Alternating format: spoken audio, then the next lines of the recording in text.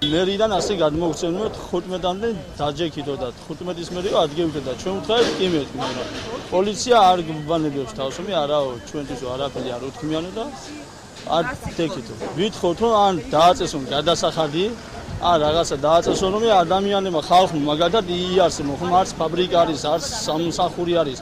მე ახლა მეთვითო რო იქიდან მე მაგით ვირჩენ თავს მაგათ. ირაკლი ჩალეიშვილმა როცა ხალხს შეხვდა, მაშინ უთხრა რომ 16 რიცხვი შაქრით თქვენ იქნებით ივაჭეთ, გააგრძელეთ, ამოწურეთ ეს ტავარი, ყველაფერი და იჯექითო. მეორე დღეს ისევ დაგვესხენ თავს, მერის პოლიცია ცალკე ადექით და ძალიან ისეთ გაურკვეველ მდგომარეობაში ვართ, არ გვესმის.